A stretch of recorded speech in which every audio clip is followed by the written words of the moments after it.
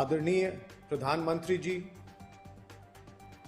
आदरणीय संस्कृति मंत्री, समस्त मुख्यमंत्री और कैबिनेट मंत्रीगण, श्रीमती विजय राजे सिंधिया के परिवार से उपस्थित सभी सम्मानित सदस्य एवं अन्य विशिष्ट अतिथिगण, आप सभी का आज इस शुभ अवसर पर हार्दिक स्वागत है। महान शख्सियत श्रीमती सिंधिया सादगी और करुणा की मूर्ति थी। भारतीय राजनीति में उनके अनमोल योगदान को यादगार बनाने के लिए भारत सरकार आज उनके सम्मान में एक स्मृति सिक्का जारी कर रही है। इस अवसर पर संस्कृति राज्य मंत्री आदरणीय श्री प्रहलाद सिंह जी पटेल से आग्रह है कि आप अपने संबोधन के साथ कार्यक्रम का शुभारंभ करें। आदरणीय संस्कृति मंत्री। पूज्य राजमाता विजय राजे सिंधिया जी की जन्म शताब्दी वर्ष के पूर्ण होने के इस शुभ अवसर पर भारत सरकार ने 100 रुपये का स्मृति सिक्का जारी करने का निर्णय दिया था। इस अवसर पर हमारे दूरदर्शी एवं संकल्प के धनी माननीय प्रधानमंत्री जी के द्वारा इस सिक्के के लोकार्पण में अपनी उपस्थिति की स्वीकृति प्रदान की, यह हम सब के लिए गौरव एवं गर्व का क्षण है। मैं माननीय प्रधानमंत्री जी का संस्कृति मंत्रालय एवं मेरी ओर से हार्दिक स्वागत एवं अभिनंदन करता हूँ। देश के राज्यों से 100 से अधिक स्थानों से पूज्य राजमाता साहब का सानिध्य पाने वाले महानुभाव जुड़े हैं। इस कार्यक्रम में माननीय श्री नड्डा जी का, वरिष्ठ केंद्रीय मंत्रियों, माननीय राज्यपाल गणों, माननीय मुख्यमंत्रियों, माननीय पूर्व मुख्यमंत्रियों, सांसद गणों एवं सभी पदाधिकारियों एवं अधिकारियों का स्वागत करता हूँ। हम भाग्यशाली हैं कि राजमाता साहब का हमारी पीढ़ी को सानिध्य मिला। उन क्षणों को हम सभी साथी कभी भुला नहीं सकते। राजमाता जी के पास धन, पद और प्रतिष्ठा सब कुछ था, लेकिन अहंकार शून्य, ममत्व से भरा, सहज, सरल, सौम्य जीवन ही उनकी पहचान है। जो भी मिला वह उनसे प्रभावित हुए नहीं रह सका। मैंने पारस पत्थर तो नहीं देखा, पर राजमाता को देखकर लगता था कि वे कार्यकर्ता से मिलती थी तो उसमें अपने स्नेह से उत्साह और ऊर्जा भर देती थी, और वह कार्यकर्ता स्वच्छता की राजनीति का नेतृत्व उस कार्यकर्ता के जीवन का संकल्प हो जाता था। मुझे आज भी स्मरण है, पहली बार जब 1987 में हमारी एक विशाल रैली की सफलता के बाद जब उन तक ये समाचार पहुंचाए गए, वो अखबारों के माध्यम से पहुंचे थे कि शायद कुछ लोग बिगड़ टिकट आए होंगे, वो प्लांट समाचार थे। हम लोग जो अपनी बात कह रहे थे तो उनकी प्रेम की डांट हमने सुनी, लेकिन जवाब हमारे पास यही था। लेकिन अचानक नाना जी वहां पहुंचे और उन्होंने जब बात को स्पष्ट किया, वही डांट उस ममत्व भरे प्रेम में बदल गई और हम सबके सिर पर वो प्रेम का हाथ ऐसा फेरा गया, वो ममत्व आज भी हमारी पूरी टीम भूल नहीं सकती। और इसलिए मैं मानता हूं कि ऐसे व्यक्तित्व को के प्रति भारत सरकार ने जो फैसला किया, और विशेषकर आदरणीय प्रधानमंत्री जी ने जो इस अवसर पर अपनी उपस्थिति दी है, मैं फिर से उनका स्वागत करता हूं और अभिनंदन करता हूं और प्रार्थना करता हूं कि उस सिक्के को जारी करने की कृपा करें। धन्यवाद सर। अब मैं आदरणीय प्रधानमंत्री जी से सादर अनुरोध करता हूं कि वे श्रीमती विजया राजे सिंधिया की स्मृति में सिक्का जारी करके कार्यक्रम को यादगार बनाएं। आदरणीय प्रधानमंत्री।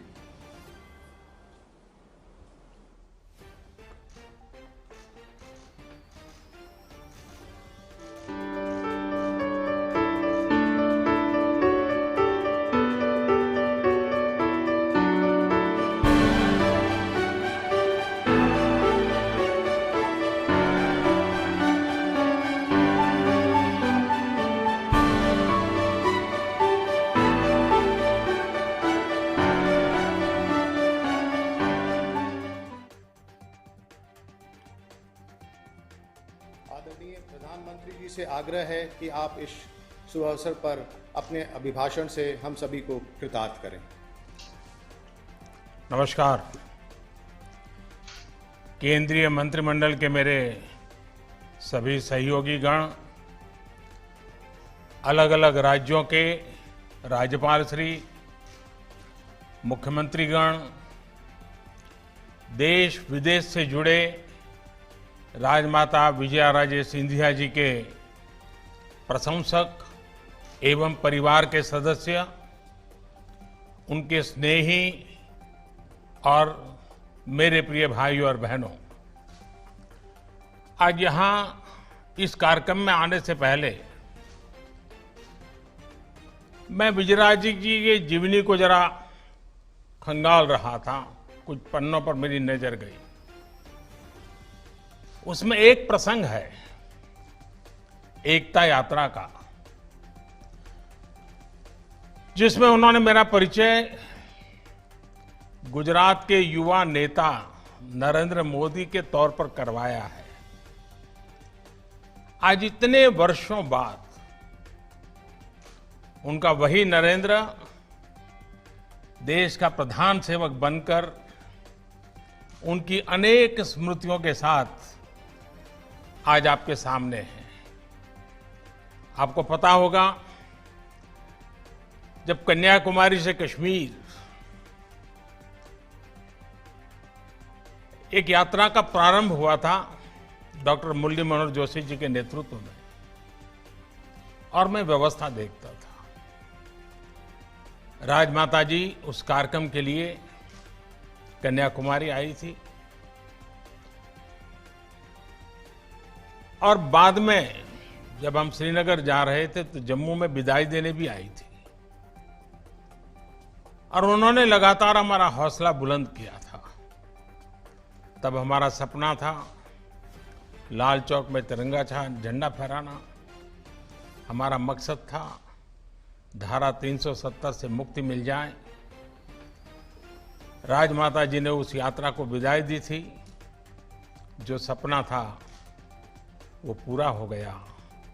आज जब मैं पुस्तक में और भी चीजें देख रहा था, पुस्तक में एक जगह उन्होंने लिखा है, एक दिन ये शरीर यहीं रह जाएगा, आत्मा जहां से आई है वहीं चली जाएगी। शून्य से शून्य में स्मृतियां रह जाएगी। अपनी इन स्मृतियों को मैं उनके लिए छोड़ जाऊंगी जिनसे मेरा सरोकार रहा है, जिनकी मैं सरोकार रही हूं। आज राजमाता जी जहां भी है, हम सबको देख रही हैं, हमें आशीर्वाद दे रही है। हम सभी लोग जिनका उनसे सरोकार रहा है, जिनकी वो सरोकार रही हैं, वो यहाँ इस विशेष कार्यक्रम में कुछ लोग पहुंच भी पाए हैं और मौजूद भी हैं, और देश के अनेक भागों में, कोने कोने में आज ये अवसर वर्चुअली मनाया जा रहा है। हम में से कई लोगों को उनसे बहुत करीबी से जुड़ने का, उनकी सेवा, उनके वात्सल्य को अनुभव करने का सौभाग्य मिला है। आज उनके परिवार के, उनके निकट संबंधी इस कार्यक्रम में हैं, लेकिन उनके लिए हम सब, हर देशवासी उनका परिवार ही था। राजमाता जी कहती भी थी, मैं एक पुत्र की नहीं, मैं तो सहस्त्रों पुत्रों की मां हूं। उनके प्रेम में आकंठ डूबी रहती हूं। हम सब उनके पुत्र पुत्रियां ही हैं, उनका परिवार ही है। और इसलिए ये मेरा बहुत बड़ा सौभाग्य है कि मुझे राजमाता विजयाराजे सिंधिया जी की स्मृति में 100 रुपये के विशेष स्मारक सिक्के का विमोचन करने का अवसर मिला है। हालांकि मैं खुद को आज बंधा हुआ महसूस कर रहा हूं, बहुत बंधा हुआ महसूस कर रहा हूं। क्योंकि मैं जानता हूं कि अगर कोरोना महामारी नहीं होती तो आज इस कार्यक्रम का स्वरूप कितना बड़ा, कितना भव्य होता। लेकिन ये बात मैं जरूर मानता हूं, जितना मेरा राजमाता साहब के साथ संपर्क रहा है, कार्यक्रम भव्य तो नहीं कर पा रहे हैं, लेकिन ये कार्यक्रम दिव्य जरूर है, उसमें दिव्यता है। साथियों, पिछली शताब्दी में भारत को दिशा देने वाले कुछ एक व्यक्तित्वों में राजमाता विजयाराजे सिंधिया भी शामिल थी। राजमाता जी केवल वात्सल्य मूर्ति ही नहीं थी, वो एक निर्णायक नेता थी और कुशल प्रशासक भी थी।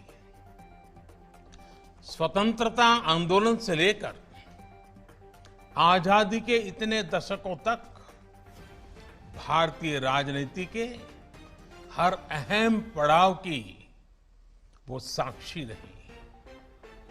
आजादी से पहले विदेशी वस्त्रों की होली जलाने से लेकर आपातकाल और राम मंदिर आंदोलन तक राजमाता के अनुभवों का व्यापक विस्तार रहा है।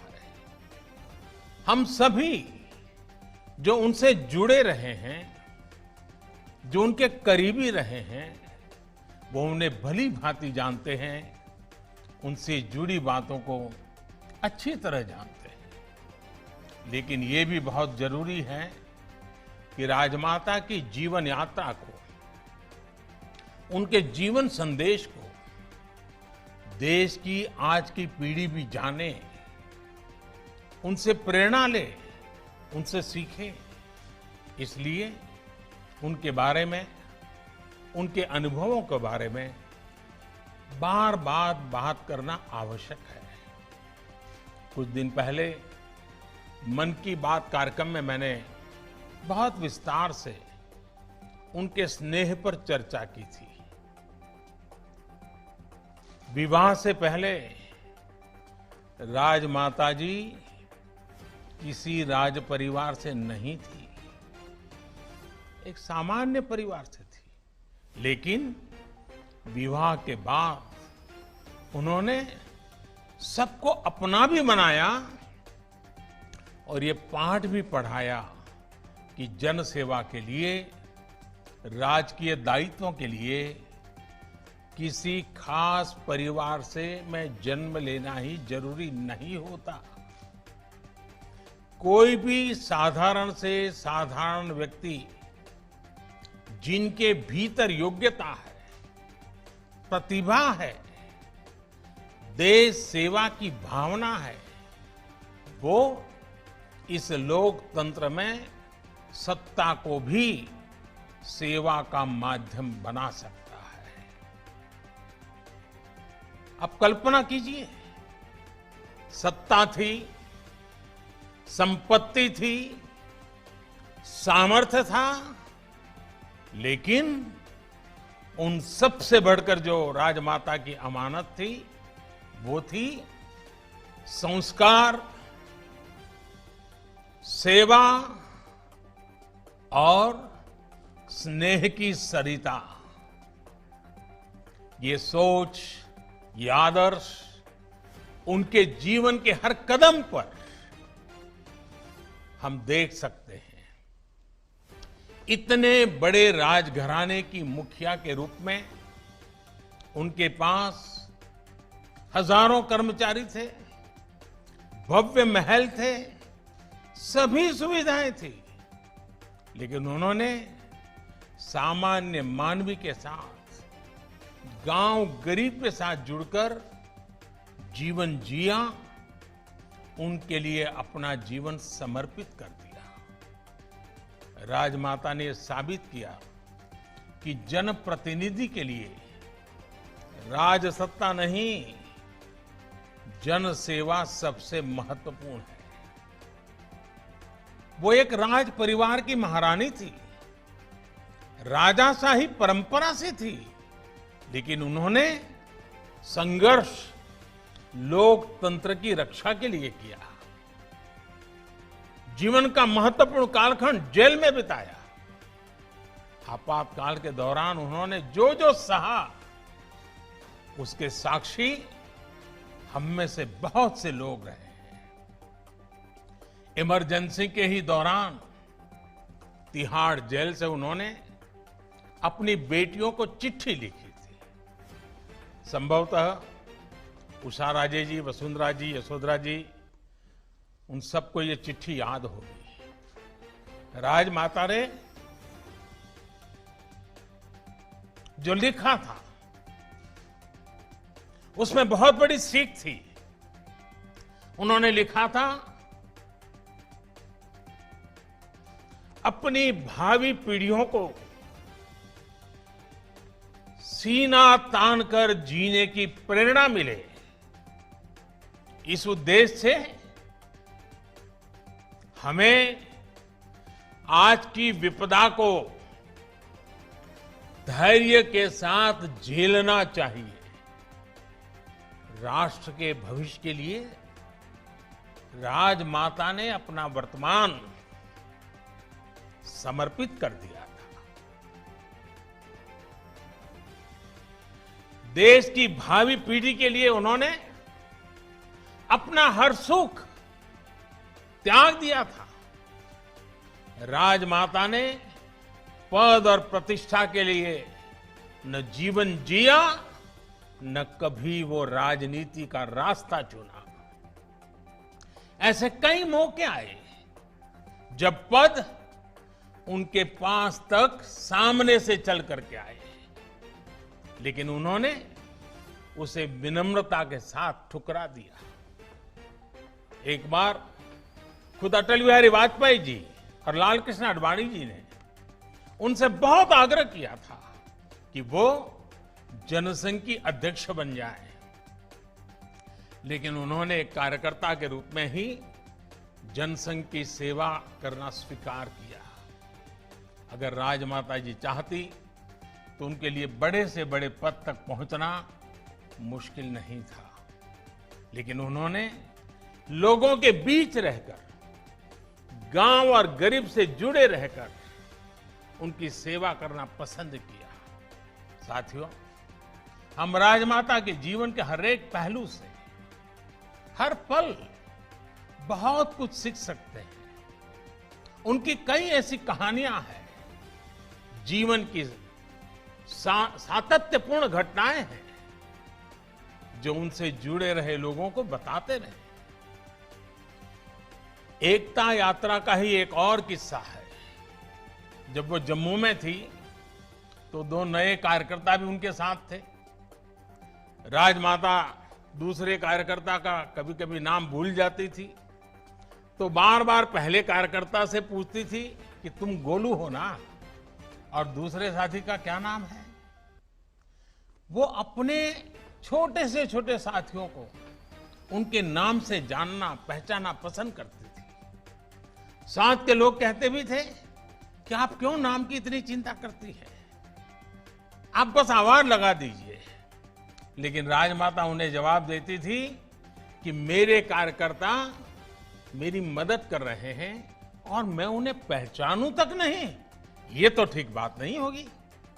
मुझे लगता है कि सामाजिक जीवन में अगर आप हैं, फिर चाहे आप किसी भी दल से, किसी भी पार्टी से हो, सामान्य से सामान्य कार्यकर्ता के प्रति ये सोच, ये भाव हम सभी के मन में होना ही चाहिए।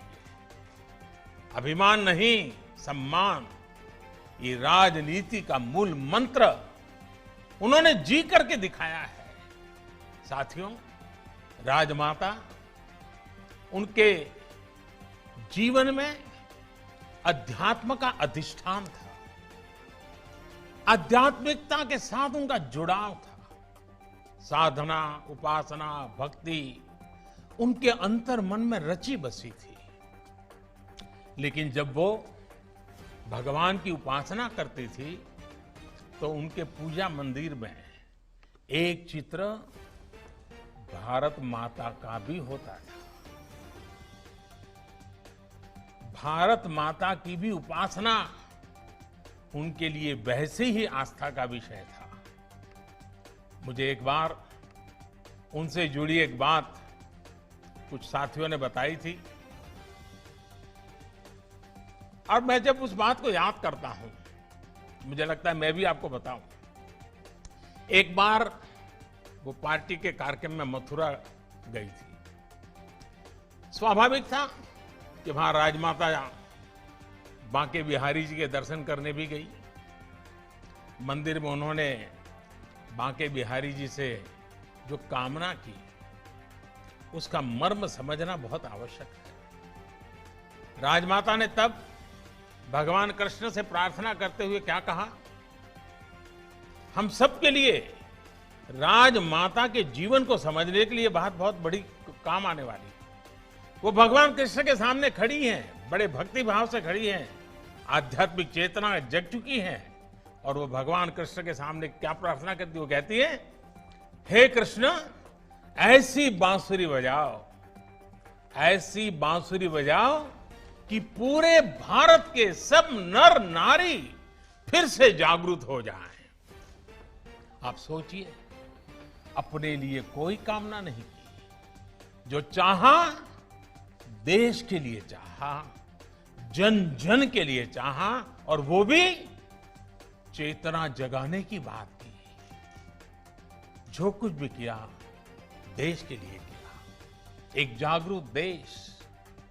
जागरूक देश के नागरिक क्या कुछ कर सकते हैं, वो ये जानती थी, समझती थी। आज जब हम राजमाता जी का जन्म शताब्दी मना रहे हैं, पूर्णता की ओर हैं, तो हमें संतोष है कि भारत के नागरिकों की जागृति को लेकर उनकी जो कामना थी, बांके बिहारी में उनकी जो प्रार्थना थी, वो आज लग रहा है कि धरातल पर चेतना के रूप में अनुभव हो रही है। बीते वर्षों में देश में जो अनेकों परिवर्तन आए हैं, जो अनेकों अभियान और योजनाएं सफल हुई है, उसका आधार ये जन चेतना है, जन जागृति है, जन आंदोलन है। राजमाता जी के आशीर्वाद से देश आज विकास के पथ पर आगे बढ़ रहा है। गांव, गरीब, दलित, पीड़ित, शोषित, वंचित, महिलाएं आज देश की पहली प्राथमिकता में है। नारी शक्ति के बारे में तो वो विशेष तौर पर कहती थी कि जो हाथ पालने को झुला सकते हैं, वह विश्व पर राज भी कर सकते हैं। आज भारत की यही नारी शक्ति हर क्षेत्र में आगे बढ़ रही है, देश को आगे बढ़ा रही हैं।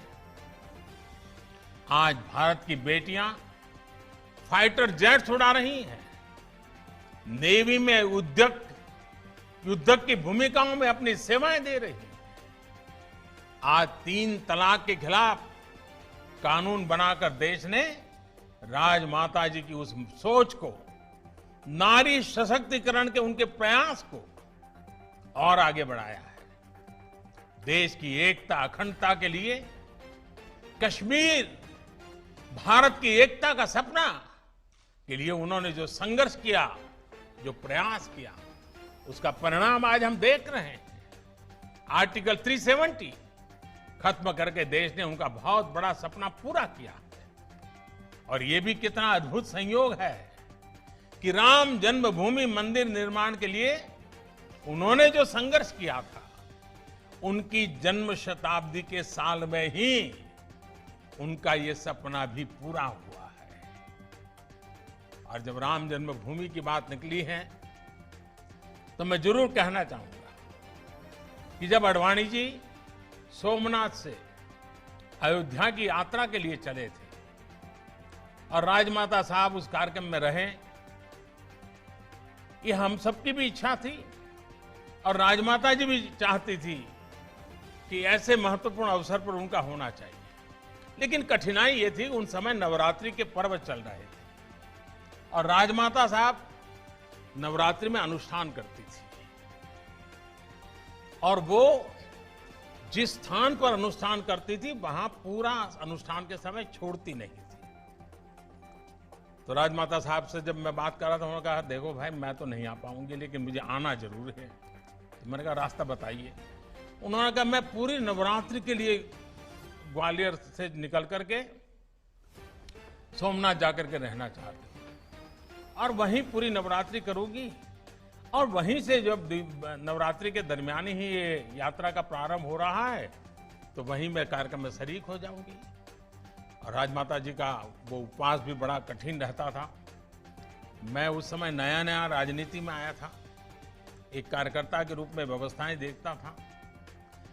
मैंने राजमाता साहब की सोमनाथ की व्यवस्था संभाली और वो समय था जब मुझे राजमाता साहब के अति निकट आने का अवसर मिला था और मैंने देखा था कि उस समय उनका पूरी पूजा, पूरा नवरात्रि का उनका अनुष्ठान एक प्रकार से ये अयोध्या रथ यात्रा को और राम मंदिर को समर्पित कर दिया था।